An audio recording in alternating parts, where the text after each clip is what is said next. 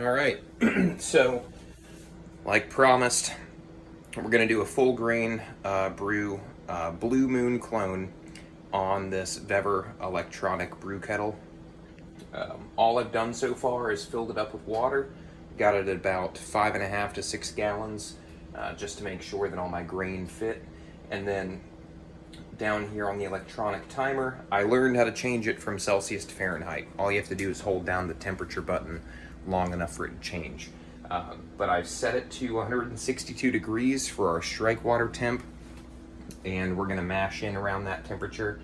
And I set it for 70 minutes, the timer for 70 minutes, to give it time to get back up to temp after the drop in temperature from adding the grain. So we're gonna let that heat up to 162 degrees, and then we're going to mash for an hour. And then we're gonna remove the grain and we're gonna start our boil, and I'll be sure to let you guys know how that goes. But right now, we're just waiting for it to heat up. But stay tuned, because I'll show you how I do this. All right, so I've got my, hold on one second.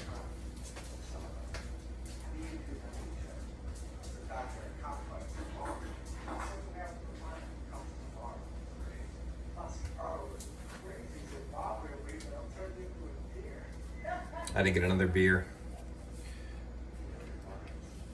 By the way, if you like beer and you like games, specifically trivia, I don't just brew beer, I also make a drinking trivia card game that is awesome. It's called Drinkquisition, with a Drinquizzition. This is one of our koozies. It's pretty cool.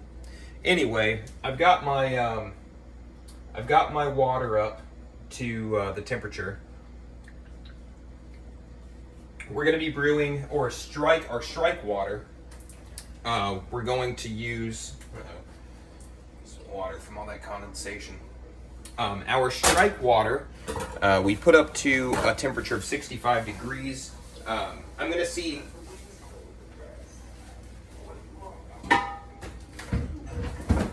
Sorry, I'm cleaning up a little bit as I go along. Our strike water is up at 165. That should land us around $1.50, $1.48, and then I'll let it go until it comes back up to temperature. I'm going to drop it down to 158, 159, and we're going to let it sit for an hour. That is going to help bring out all of the sugars that are in the grains, and then the sugars are going to be put into a fermenter with yeast, or that wort. That's what it's called, unfermented beer. After you steep your grain for an hour and you have your wort, that's what it's called. You have that sugary, brown, flavorful water, essentially, is what it is. So I've got 6 gallons of water in the kettle. And I've got 14.66 pound of grain. I've just reached my temp, so what I'm gonna do is go ahead and add my grain, and then once we stir that up and make sure there's no clumps, I'm gonna lay the top lid of my grain basket on, and then I'm gonna move this over, put it through the hole in the lid, the hose through the hole in the lid, and I'm going to turn the pump on, and I'm going to let it circulate. We're going to do that for an hour. When that's finished, I'm going to pull my basket out. It's got little feet on it, so you twist it, and it lands on some supports that are welded into the side, and let it drain out.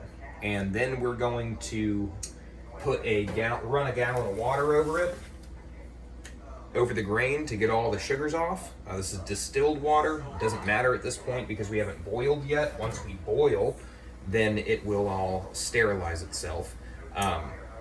But we'll add that to make up for any lost room.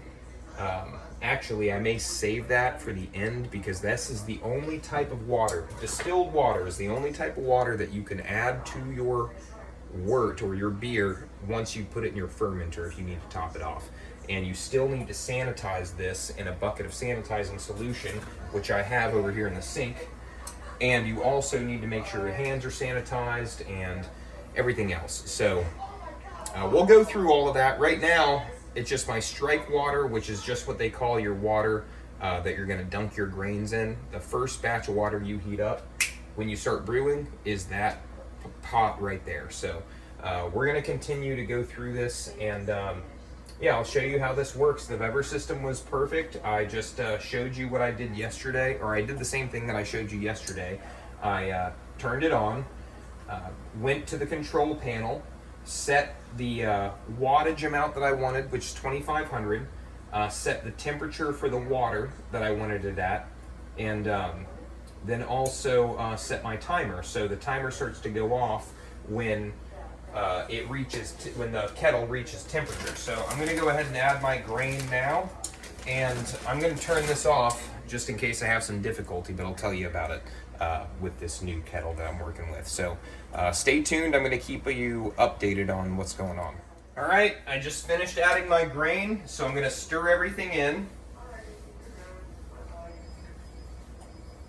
Make sure you get out any dough balls, because if you have dough balls, then you're not going to extract the amount of sugar out of the grain that you possibly could, the maximum amount of sugar out of the grain. And the reason why your recipe tells you how much water and grain to use is so that you can get all of the sugar. It's assuming that you get all the sugar out of the grain, and then that's how they kind of predict what your alcohol by volume is going to be. So you want to make sure that all your grain is loose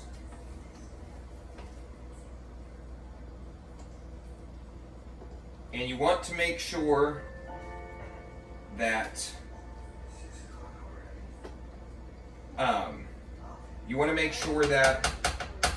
there aren't any dough balls in here, and that there's enough water to cover all your grain, which there should be if you're following your recipe correctly, okay? Or if you've done your math correctly, because you maybe say you wanted to do a 1 gallon batch your first time instead of 5, but the only recipe you could find was for 5 gallons. Well, you have to reverse engineer that and figure out how many ingredients you need for a 1 gallon batch. There's all kinds of calculators and things out there. There's even calculators that I didn't have to use today because I'm just going to give it a few extra minutes versus using a calculator. You measure the temperature of your grain first, and then it'll tell you what the temperature of your strike water needs to be for your recipe, which I didn't have to do, because your grain's going to cool down your water. So you have to heat it up higher than what your recipe calls for, because then you're going to add your grain, it's going to bring the temperature back down, and you have to hold it at that specific temperature that it equals out to based off of your recipe. But basically what I'm doing right now, if you don't have something like this but you want to get started right away, as long as you have a large pot, and you don't even need a grain bag, which you can get and do brew in a bag, BIAB, if you're looking for it online. And you would just heat up your water to the temperature using that calculator that I talked about a minute ago, and then you would add your grain slowly, or your bag with your grain in slowly. Make sure that, I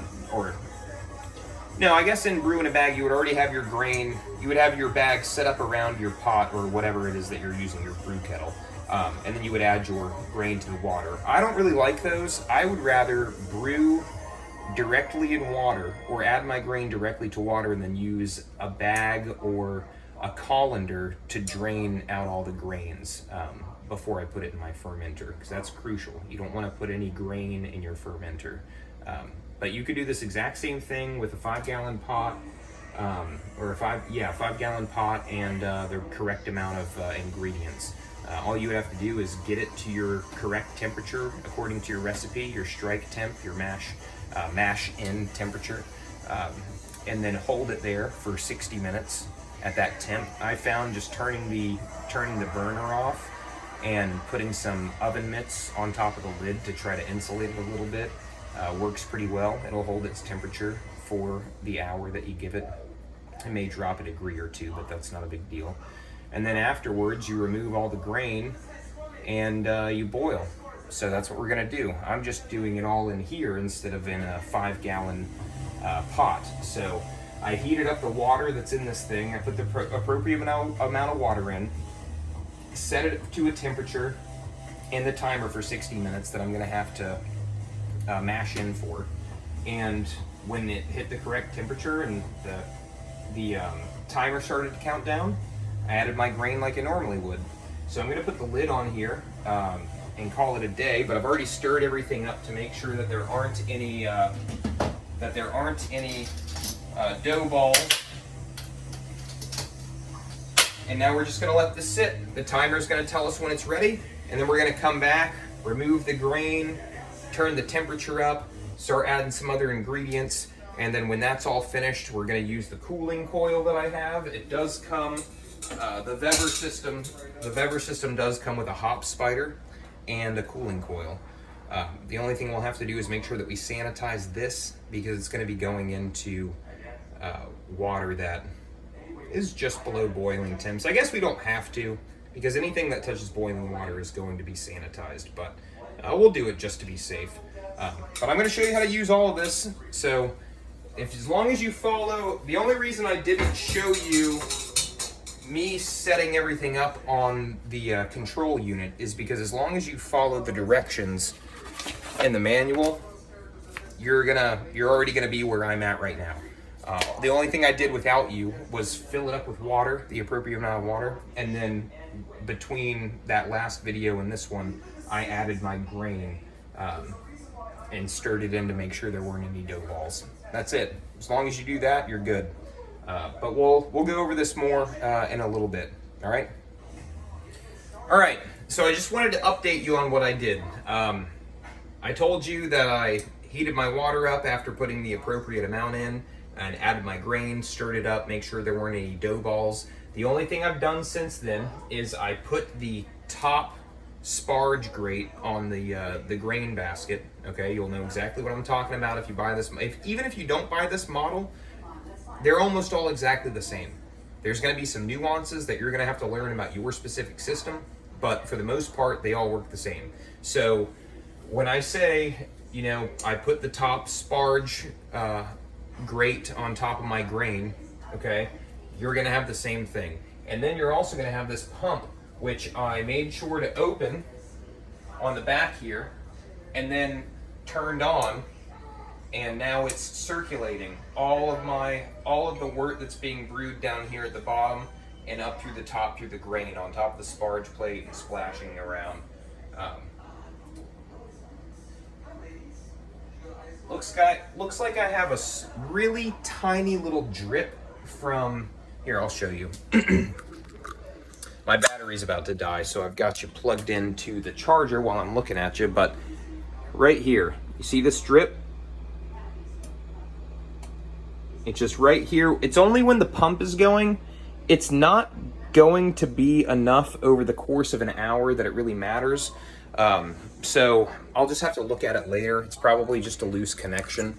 But, well, right now I have done, I heated up my strike water to the right temperature, put my grain in,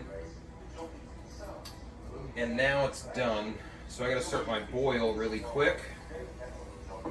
So I'm gonna take all this shit out of here. And I'm gonna sparge real quick with one of these gallons of water. Go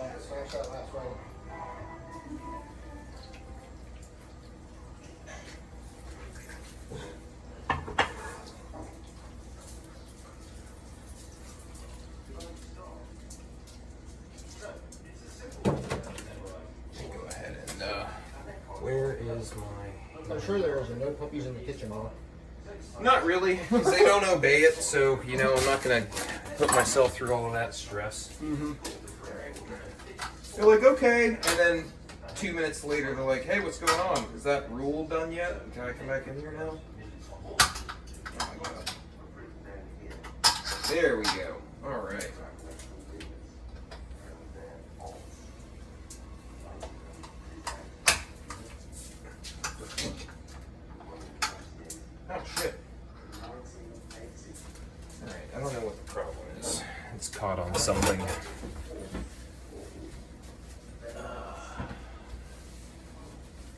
shit. Alright. Caught on something in there. Let's see what it's caught on. Sure, it's just one of these supports that are welded in. Dude, what the fuck?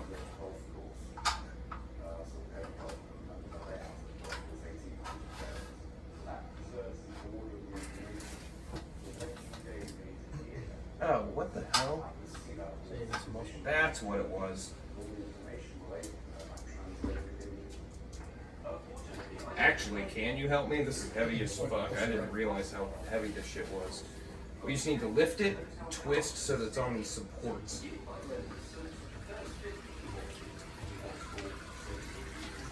Oh shit. Right there. Cool. Fucking thank you. It was a lot heavier than I thought it was. That's gonna... How many gallons of beer is that? Like 8? Yeah, 8 gallons with, there's 15 gallons or 15 pounds of wet grain in there. Yeah, I was gonna say. And liquid. And I'm sure that beer is heavier than water. Yeah, beer is heavier than water because it's got all that sugar and Water wheat. weighs, what, 8.8 pounds per gallon? Yeah, that was, okay, I'm gonna have to remember that because that means I'm going to need probably some help to do that in the future. And I wasn't planning on having to do that. Let's throw back when I had to fill up my 100-gallon tank for detailing. Yeah. I always knew that 100 gallons weighed 880 pounds. So I had to factor that in for the trailer and everything. Make sure we stop it.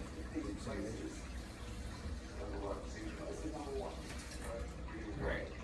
There's my sparge. I started my sparge without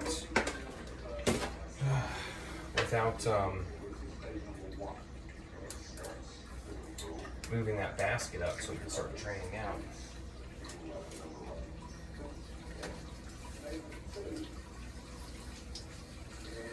Just rinsing all the sugars off the grain so we get as much alcohol by volume as possible. I assume these stones are coasters. Here we go. All right. I'm gonna let that drain and then do a boil. Show you how that's done. I just pulled my grain basket out and sparged all of this. Just ran water over it to get all the sugar out.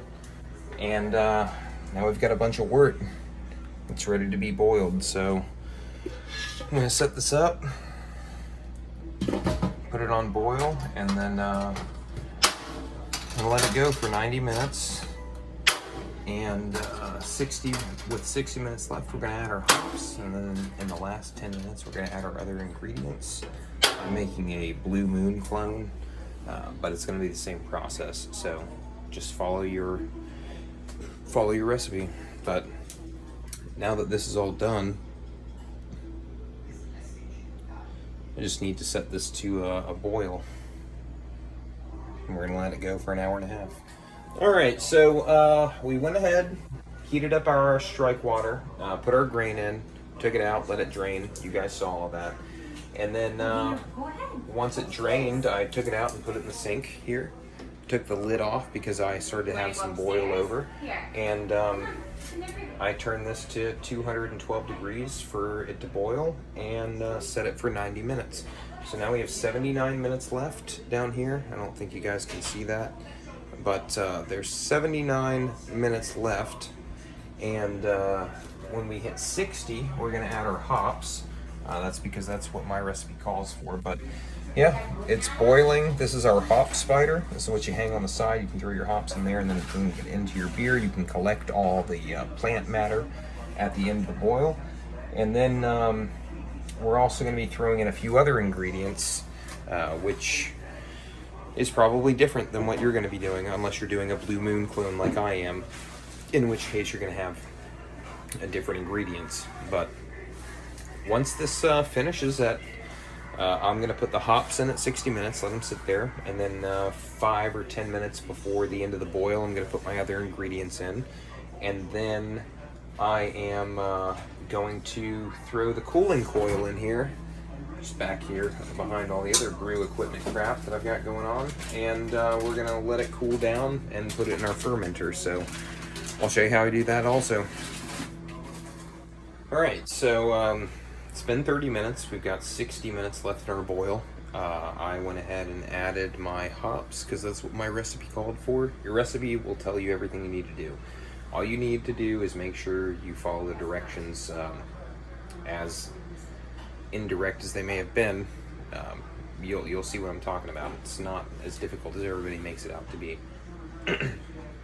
So I just added my hop addition for 60 minutes into my hop spider, and I am going to make sure. I've heard some people have an issue with all of the oils coming out of the hops when they use a hop spider, and they don't get the full flavor that they were looking for. So just to make sure, I'm just going to go ahead and stir this around a little bit.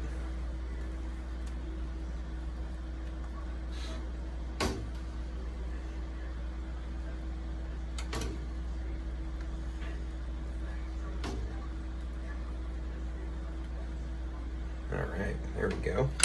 And then I'm going to take the spoon that I've been using, and I'm just going to get the bit of hops off the inside wall of the hop spider off. And that should do it. Shouldn't have to worry about that anymore. I have 2 other ingredients that I need to add, but I'm not going to add those until the last 10 minutes of the boil. Right now I'm on 58 minutes, so I've got time, and that'll be it. We'll cool it down, put it in the fermenter with some yeast, and boom, you're done. It's not as difficult as people make it out to be. And then when I ferment, I don't switch over to a secondary fermenter. I just leave it in the primary fermenter for 10 days. This time I'm going to leave it in for 12 or 13 because I want to make sure it's had time to develop more of a flavor before I start kegging, because I've never kegged before either. But 10 days, if you use the yeast that I'm going to show you, it doesn't disrupt the flavor. Your beer tastes clean and it works twice as fast. So I'll show you what yeast I've been using on every batch, no matter what type of beer I'm brewing. I'm using the same yeast, and it works like a charm. It's amazing. So I'll show you that later when I go to put the finishing touches on this. Well, it smells like Bluemoon. I went ahead and put my hop spider in with my ingredients, and I have my wort chiller in here, just sanitizing. I'm about to call it quits because there's only 1 minute left in the boil, and then we're going to cool it down with the wort chiller, and I'm going to add this other water to bring it up to 8 gallons. And then, since it's so hot, I won't have to disinfect anything, which is good, because bacteria dies at 185 degrees Fahrenheit. This is 212. When I add the water into a 212 degree environment, it'll kill whatever might be in there. So after that, we're going to move it into these fermenters, and yeah, we'll be done. We'll be finished. I'll pitch my yeast. I'll show you guys how I do that too. All right, so I hooked up my my wort chiller, my cooling coil, whatever you want to call it. I've got it going in here from this hose that I put in down below the sink. If you have a line running to your dishwasher or your ice maker, then you can tap into that line pretty easily and go ahead and set up a line for an output of cold water for your wort chiller. And this is the exit line right here. It's going just right into the sink. I even used the grain basket and let that hose sit in that little hook. You can see that. And it's going just fine. Only thing I have to do is let this cool down, put it in the fermenter with the yeast, and then clean up. But that's it. Pretty painless. This is actually really cool. This is going to this created such less work for me to do in order to brew beer, and I'm able to brew twice as much now. So I would highly recommend getting one. If anybody has any questions, give me a comment or leave me a comment or ask me down there. Go ahead and like this if it was helpful, and subscribe, and I'll do more brew videos. I'm gonna do an IPA next, and I'll pay more attention to actually showing you how to do stuff. This one is kind of a proprietary blend, so I didn't want to show everything that I was doing, but next time I'll show you for sure, more in depth, and I'll explain everything step by step. All right, thank you guys. Have a good evening. Well, that's it.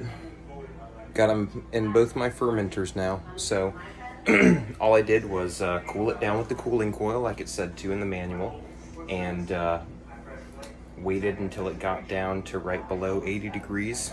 Transferred it from the kettle through that spigot over here on the side, through my funnel and my strainer in the funnel, through a hose into each one of these fermenters. So, you know, I was going to put one whole 11 gram pack of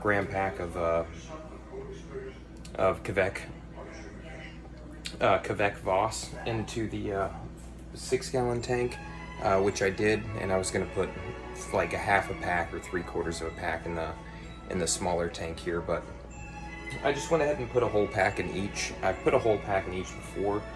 There isn't a big taste difference because Kveik Voss yeast ferments at such high temperatures and is extremely clean that you can use it with almost anything that you're going to make, and you won't taste much of a difference, if anything. So consider using that. That's how I get it done in 10 days.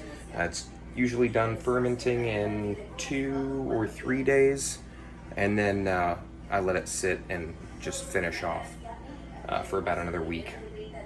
And then I bottle and keg, so I'll do another video when I do my kegging and my bottling. But that's how you use the Vevor electric brew kettle, the 9.2 gallon one. Any one that you get is going to work. I don't even know if they have another one other than this, but that's how it's going to work. That's how most brew kettles, regardless of what brand it is, going to work. Yours may be slightly different, but not so much that this video won't help you. So let me know if you have any questions or if you have any advice. This was just kind of a quick, here's how we use this type of video.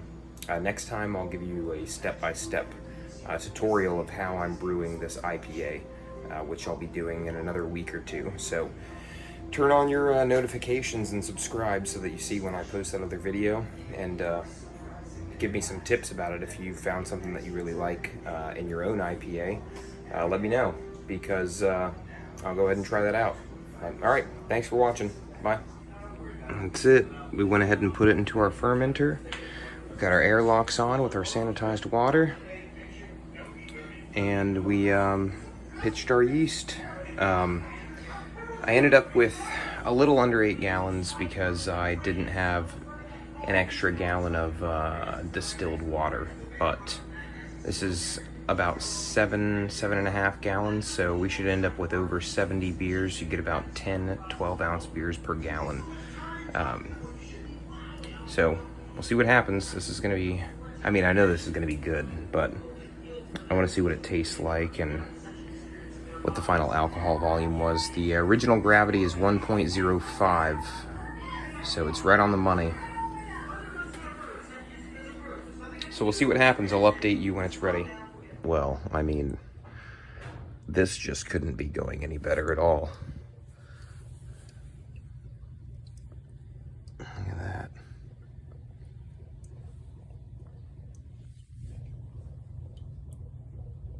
Oh, it smells fantastic. Yep.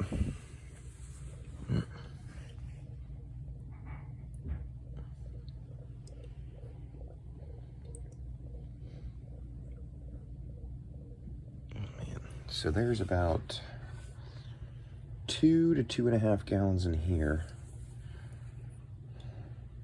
and about 5 in here, maybe 5 and 3. I don't know. We've got about 7 gallons though. 7.5. So that'll be about 70 to 75 beers all at once. Pretty rad.